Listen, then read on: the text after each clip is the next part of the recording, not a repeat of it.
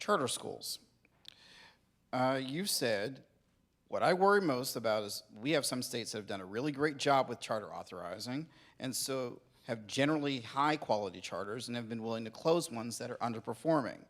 On the other hand, you have states who have not done as good as job, places like Michigan, where you have a history of a low bar for getting a charter and an unwillingness to hold charters to high standards. What's your view on where charter authorizing should be by the time you leave office, and how do you plan to get there?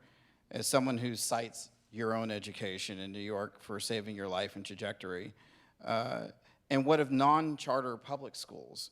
For some time, one of the arguments against charters was over resources, about charters getting better resources in public education.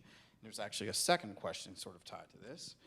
A few days ago, the NAACP's National Board called for a moratorium on new charter schools until laws are revised to make charters as accountable and as transparent as public schools. Do you agree with them that charter schools should meet the same standards of accountability as public schools? And if you do, will you stop funding new charter schools as they recommend?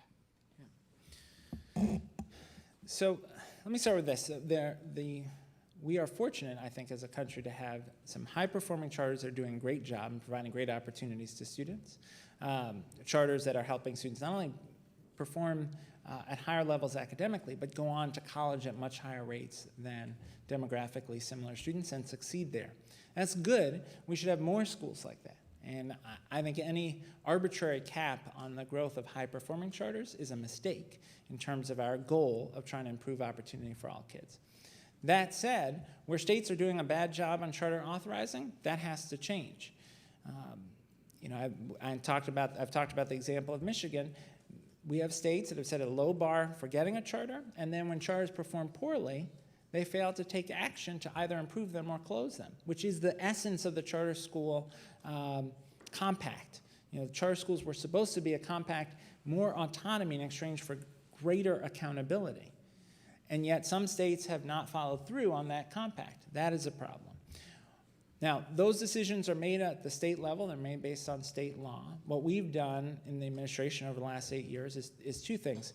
One is we've provided resources to improve charter authorizing in states and worked with states to strengthen their practices around reviewing the quality of charters, reviewing the quality of charter applications. And two, we've invested in increasing the supply of great high-performing charters.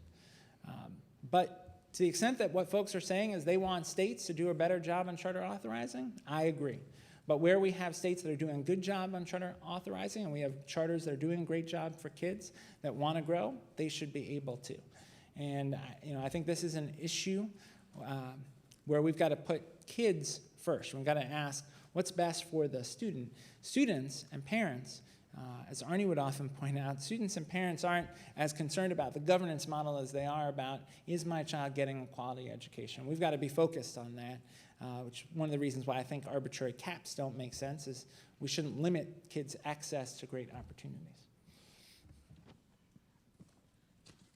A lot of teachers have been writing. What do you propose to do about the equality of pay between teachers and administrators?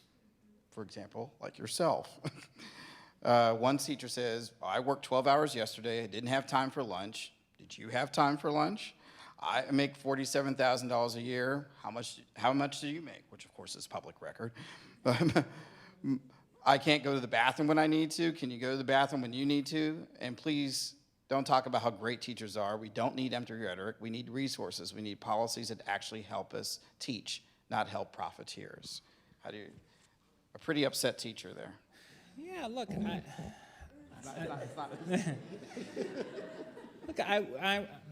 I think we see across the country, we see states that have not made the investment they should in their education system. We did a report earlier this year, the department, looking at the difference in state investment in prisons versus K through 12 education. And what we found is that we see over the last 30 years a rate of increase in investment spending on prisons that is 3 times as high as the rate of increase in spending on K-12 education. And that suggests to me that as a society, we haven't put our resources where we should. So are there states that should be spending significantly more on teacher salaries? Absolutely. And should we be paying more to teachers, especially teachers who are willing to serve in the highest needs communities and the highest needs fields where we have real demand? Absolutely. And the president proposed that. The president proposed $1 billion for an initiative called Best Job in the World that would support professional development, incentives, career ladders for teachers who teach in the highest needs communities. So we agree about the need for more resources and focusing those resources on teachers. One of the places I worry most about is in early learning.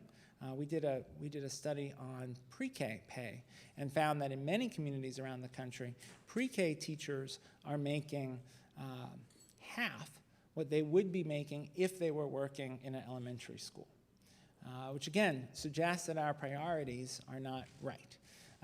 So this is a place where I agree with the questioner. We need to invest more resources in educators. We should pay our teachers very well because we know that teachers are essential to the future of our country. And we need to make sure the working conditions are good. It's not just a question of teacher pay. I think of a place like Detroit. If the water is leaking from the ceiling and there are rodents running across the floor, those working conditions are not ones that are going to make teaching a profession that people want or a profession people will want to stay in over the long term. And so we've got to make sure that working conditions are strong. And the final point I'd make is this is one of the reasons supplement, not supplant is so important. Because if you consistently under-resource the highest needs schools, the result will be poor working conditions in those schools and the inability to retain the great teachers that our highest needs students need.